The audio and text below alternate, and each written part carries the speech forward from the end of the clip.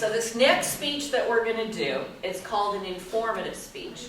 An informative speech means just that. You're informing us. You're giving us information. You're not trying to persuade us or influence us in any way.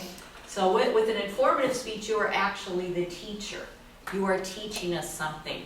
Now, one of the requirements about the speech is that your topic needs to deal with an ethnic culture. We live in a diverse society. You know, we have a lot of diversity here on campus, in our community, nationwide.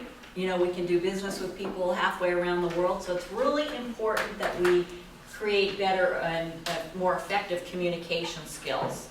And so I think it helps if we teach each other about different cultures, because the more we understand about one another, the more effective our communication will be and the better we'll get along.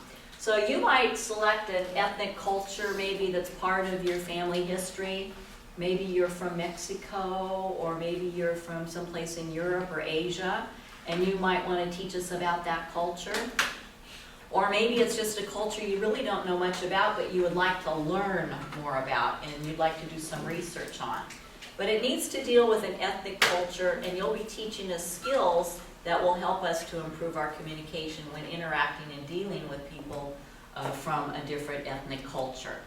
So for this speech, the outline format is similar but different to the one we used for the speech of introduction.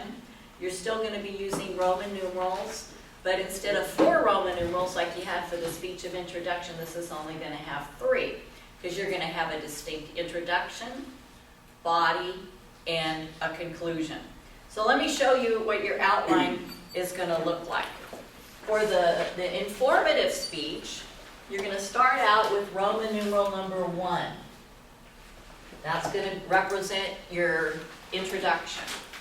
The first thing you're going to do, you indent and use uppercase A. Remember, you're going to double space. This is going to be what's called an attention-getting device. Probably many of you have taken English classes and your instructors asked you to write an essay. And the English instructor has probably asked you to start out with some kind of hook to engage the reader. Well, the same thing is true with a speech, an informative speech, and other types of speeches. You want to draw the audience in. You want to get them to pay attention so they'll listen to your presentation. So you need to select an attention-getting device. You can read about attention-getting devices in your textbook, but one of the best attention-getting devices is a personal story. Because when we share something about ourselves, people tend to listen more intently. I think we're all interested in each other's lives. So it would have to be, of course, related to your topic. So you can't tell us about a fishing trip on the Delta and then try to teach us about Italy. So it has to be related to your topic. So if you were doing Italy, for example, maybe you visited there. Maybe you've been there. So you want to tell us a little bit about your experience in Italy.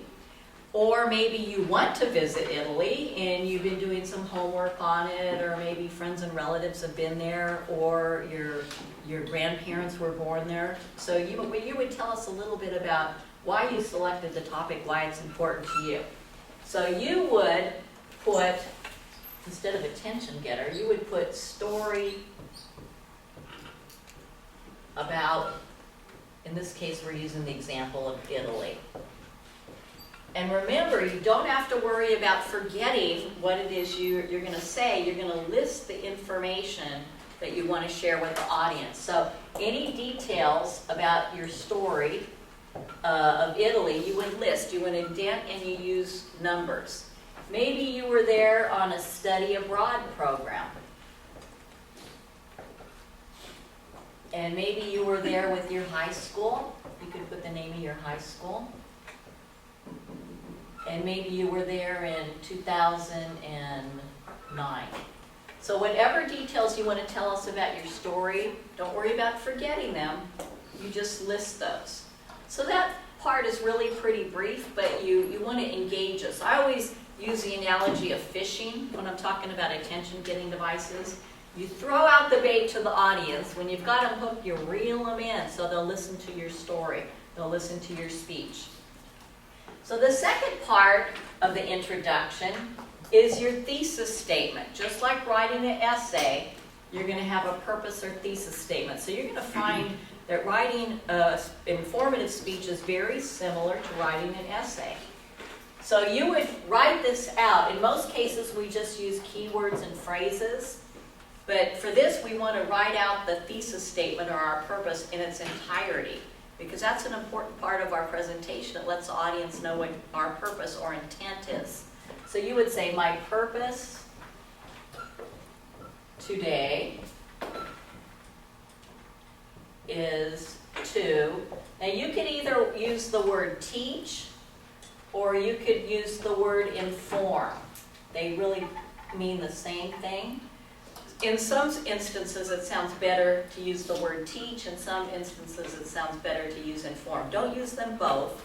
Decide which one best suits your speech and then use that word. My purpose today is to teach you about the culture. In this case, Italy. So you just fill in the blank, whatever your culture is.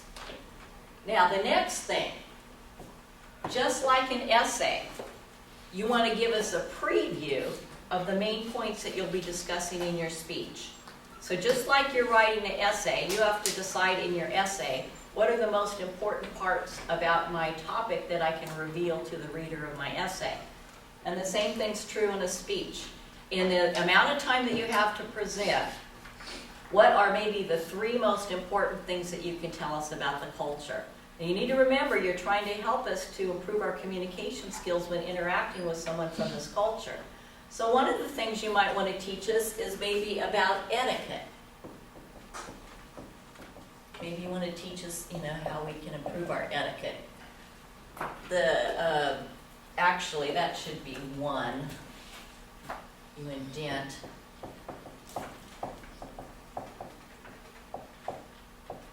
Okay, the second thing, what are some things that we should know? Maybe we need to know how to greet somebody. Greetings. Do we shake hands? Do we bow? Maybe it would be useful if we knew something about their customs. What's acceptable, what's not acceptable. But you're going to decide. Each of you will have different main points. You decide what you think is the most important things for us to know about the culture that you're discussing. So in the introduction, in Part C, all you're doing is giving us a preview of these main ideas. You're not developing those yet. You're just giving us a preview. Then we go to Part D. This is where you tell us your sources. And remember, there's a minimum of 3. And on your outline, they always need to be in MLA format. Unlike the speech of introduction, you tell us your sources in the first part of your speech. And the reason we do this is because you want to establish your speaker credibility. We don't know each other very well. So how do we know that the material you're presenting to us is accurate? We can probably determine that by the quality of your research. Now remember, no Wikipedia. What I would do is maybe start using the online library resources. I told you that that's a valuable resource for you. You're paying for that in your tuition. So you can log on to our library online, sit at home, drink hot chocolate in your pajamas, and do research on your topic. So at the library online, you can find online articles on journals, magazines, newspapers, all kinds of wonderful, valuable information. If you do use online sources, make sure they're reliable. One of the ways you can tell if they're reliable is on every website, most websites, at the bottom there's a little link called About Us. And if you click on About Us, it'll tell you who the sponsors are of that website, who the authors of that website. And you can pretty much tell if there's any biases, that might go along with that website, if it's being influenced by somebody, and see if it's a reliable source. So get used to using the About Us link when you're looking at a web page to see if its reliability. So if a doctor is trying to promote a certain pharmaceutical product and you see that he's being supported financially by that pharmacy, you know that probably there's some biases, so you wouldn't want to use that source. So look at your online web pages and sources you use and make sure they're reliable sources. But our library is always an excellent source to go to for your information. Now, if you've forgotten, most of you did do MLA format, but if you don't know or have forgotten how to do MLA format, you can go again to Purdue University, P-U-R-D-U-E, and click on the OWL, O-W-L, like the bird, and it'll tell you how to format your sources. So normally it's the last name of the author first, comma, first name, and then you go on and talk about the publisher, the date it was published, and so on. But that is a great resource for telling you how to use MLA format. Or you could go to that other one I said, EasyBib, www.easyBib.com, and it will allow you to input the information from your source, author, title, whatever it is, publication, publisher, publishing date, and then it will, you put that information in, and then you hit submit and it formats it for you. Some people on their outlines, they use the input form. So the information on the outline just showed the information that they were typing into input. I guess they had forgot to hit submit where it formats it for you. So make sure it's formatted correctly. You're not just cutting and pasting the input form. So that's a valuable resource too. So all the sources, a minimum of 3 sources, need to be in MLA format. Now this next part, we're still on the introduction to your speech. The next part is where you create relevancy to your audience. Now we just talked about audience analysis, so you probably know what that is now. It means how will you adapt your speech to make it most meaningful to our particular audience. So what you learned about audience analysis is that every audience has distinct characteristics, and the word for that is called demographics. Demographics means characteristics. So you want to look at your audience and say, what are the characteristics of my audience? And you would consider things like age, race, gender, ethnicity, sexual orientation, ethnic culture, and then you'll adapt your speech to make it most relevant and meaningful to your particular audience. So what you want to do here is list why your speech is meaningful and relevant to our class or our audience. Because as an audience member, we're always sitting there thinking, how will this speech benefit me? If we don't think it's going to benefit us, we'll have a tendency to tune out and start thinking about something else. And you will always want to keep your audience engaged. You always want to keep their interest. So you need to let them know why they need to listen to your speech. Because probably some people are saying, you know what, I'll never be able to afford to go to Italy, so this is not relevant to me. I don't even need to listen. So you need to address the people that might be able to afford to go to Italy and possibly those that can't. So what you might say here is, you might want to listen to my speech because I'm going to give you valuable information if you're ever fortunate enough to visit Italy one day. But for those of you that aren't, I'm sure in your daily interactions, you're going to run across from somebody in Italy, maybe at work, at school, at home, maybe during a business transaction, and knowing how to communicate with them will maybe help increase your sales and help establish relationships with people from the Italian culture. So you might not visit Italy, but you might want to do business with Italy. And you might establish relationships with people from Italy. So we're addressing those people that are going to be fortunate enough to visit there maybe one day. But we're also taking into consideration people that might not visit, but will also benefit from this information that we're going to share. So this is all part of the introduction. So you're going to start out with an attention-getting device, and you can read again about those in your textbook. Probably the most effective one is a personal story. And then you'll list the details of your story. And then you're going to have a 1-sentence purpose statement. You'll either use the word teach or inform, and you're going to tell us what the culture is that you're going to be teaching us about. and then you're going to decide in the allotted time what are the most important things that you can tell us about your topic. And you just give us a preview of those here. Then you list your sources in MLA, and you will say those out loud at that point, overtly. You'll say the information I'm sharing with you today comes from the following sources. You know, a book by Italy, by so-and-so. So you tell us your sources, and then you'll let the audience know how the information you're sharing is going to be useful to them. Tell us why we need to listen to your speech. Now, the next thing, the body. This is super easy. If you did this part, the rest is easy. What you're going to do, these same topics that you gave us a preview of in the introduction, you're going to repeat those over here, but this time you will develop them. You'll explain them in detail. So what do you need to tell us about etiquette? Maybe you need to tell us about dining etiquette. Is it considered appropriate to arrive late, or do you need to be there on time? Some cultures, if you arrive on time, it's considered rude, that they really expect their guests to arrive half an hour, even later. So depending on your culture, it might not always be appropriate to arrive right on time, like a lot of us are used to doing. So maybe it's considered appropriate to arrive late.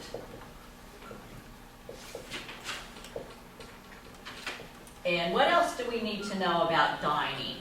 You know, that the host is always seated first.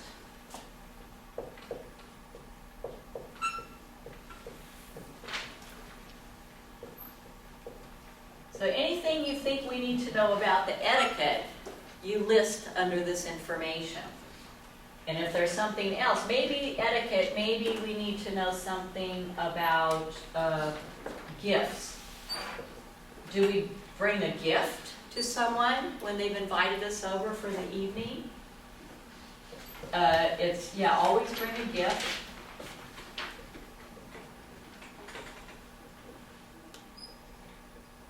But maybe we need to know that we need to avoid roses, because I know in some cultures there's some plants or flowers that are considered inappropriate, bad luck. So make sure you know what's appropriate and what's not. Then for part B, we do this. We take the same preview that we gave in the introduction, greetings, and we need to let the audience know what we need to do as far as greeting. Maybe in this culture, they bow and never shake hands. Some cultures, it's considered rude to shake someone's hand. So what do we need to know about greeting somebody in this culture? And then you'd elaborate on that. And then the same thing here, customs. So maybe for the customs, maybe we need to know what's appropriate dress. Do the women need to cover their heads? Do the men need to wear formal attire? When we go to someone's house, do we have to dress more formally? So maybe there's a custom too about a holiday or a tradition that we need to know about, that during this custom or this tradition or this time, we need to acknowledge this person, or we need to adapt our behavior. So whatever it is that you need to tell us maybe about some customs that will help us to understand one another better, you want to list there. So this part looks short because I'm running out of the board here, but the body of your speech is actually 80% of your speech. So don't skimp on this. This, I know, looks long. You'll go through this pretty quickly. Even though it looks long, it's just because it has more detail to it. So this part, is not the primary part of your speech. The body is the primary part of your speech. You're going to take these same main ideas, you're going to repeat them, but this time you're going to explain them to us. I'm running out of board here, so let me do the conclusion. For the conclusion, this part's really easy. You just restate your topic. So in this case, it would be Italy, right? And guess what? these same main ideas that we have here and over here, you repeat them again. So you put etiquette, greetings, and customs. And you're probably saying, oh my goodness, people are going to get tired of listening to those main ideas. I've said them 3 times. I'm being very repetitive. But studies show that we need to hear things 3 times in order to remember them, in order to recall them. So repetition is really, really important in a speech. That's one of the things that made the Martin Luther King speech so memorable, was there's a lot of repetition in there. I have a dream that, I have a dream that. So it's important in speeches to be repetitious. So you're going to give us a preview of the main ideas in the introduction. You're going to repeat those and develop those in the body. And then in the conclusion, you'll just restate those. Now the last part, you started out with an attention-getting device to engage the audience, but the ending is equally important. You have to end with what's called a clincher. That means you need to leave the audience with something memorable that leaves a lasting impression. You want them to really remember your speech and recall what you had to say.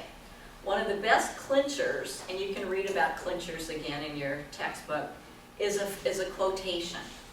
Because things can be really short and succinct and powerful when you give us a quotation. So if I can't think of a quote right off the bat about Italy, but say I was teaching you how to improve your listening skills and I was telling you certain techniques you could use to become better listeners, I would probably end my speech by saying, in conclusion, today we talked about listening. There's 3 important things you can do to improve your listening, and then I'd list those things, and then I'd say, now, I want to leave you with a quotation by an unknown author. We have 2 ears and 1 mouth, because it's twice as important that we listen. So see how ending with a quote can kind of really pack a punch and be powerful? So you can find a quote related to your topic, always has to be related to your topic, and you might want to end with that, but you always want to include the author of your quotation. Your quotation source is not part of your 3 MLA sources, okay? These deal with content. Your quotation's a separate source. So there's lots of websites out there where you can find quotations, but probably the most famous, let me put this here, is a website called Bartleby's. Now, if you went to the library, you would find a book, really, really thick. It's called Bartlett's Familiar Quotation. It's the most famous quotation book out there. But there's an online version of that. It's not as comprehensive, but they do have some really good quotes. It's called Bartleby, BARTLEBY.com. And what you do, you put in your search terms. So I would put like in Italy or Mexico or Japan, and then it would come up with some related quotations, including the author. If there's no author, you say unknown author or anonymous author, but you have to give credit to your quotation.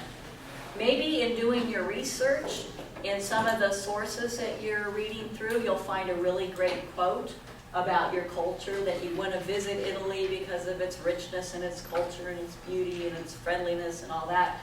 So maybe you could find a quote there. But you want to end with something memorable that leaves a lasting impression. So this is how your speech is going to look. I've raised some of it, but you're going to start out with an attention-getting device. You're going to state your purpose clearly. You're going to give us a preview of your main ideas. You're going to tell us your sources. You don't have to say the URLs, www/forest, but say the title and author of your source. Create relevancy to the class. Analyze your audience and decide, how can I make this information relevant and meaningful to the audience so they are interested and they know that this information is going to be useful to them. And then you go on to the body and you repeat your main ideas and you develop them, use examples, things like that. Then you go to the conclusion and you say, in conclusion, and you repeat your topic, your main ideas, and end with something memorable like a famous quote. So this is different format than your speeches of introduction, but it flows very nicely using this format. You do want to use transitions when you're moving from one point to the next, just like you're writing an essay. When you're moving from one paragraph to the next, you use transitional phrases. The same thing's true when you're delivering a speech. You want to use words like in addition. Now, let's look at lastly. So you can get out a little paper of transitional phrases or look it up on the web somewhere, but transitional phrases are things you want to use when you're moving from one point to the next. And when you're going to your conclusion, you always want to alert the audience that you're going to be closing. So you want to say, in conclusion, in summary. Now remember, with the conclusion, you want to be quick to close. No new ideas. Because when you say in conclusion, people go, okay, they're wrapping it up. It's almost over. So you don't want to say in conclusion, oh, by the way, let me tell you about a restaurant I went to in Italy. That had great Italian food. You don't want to go off on a tangent. You want to stay focused. So never insert new information into your conclusion. All it is a review. Now, I told you that you're going to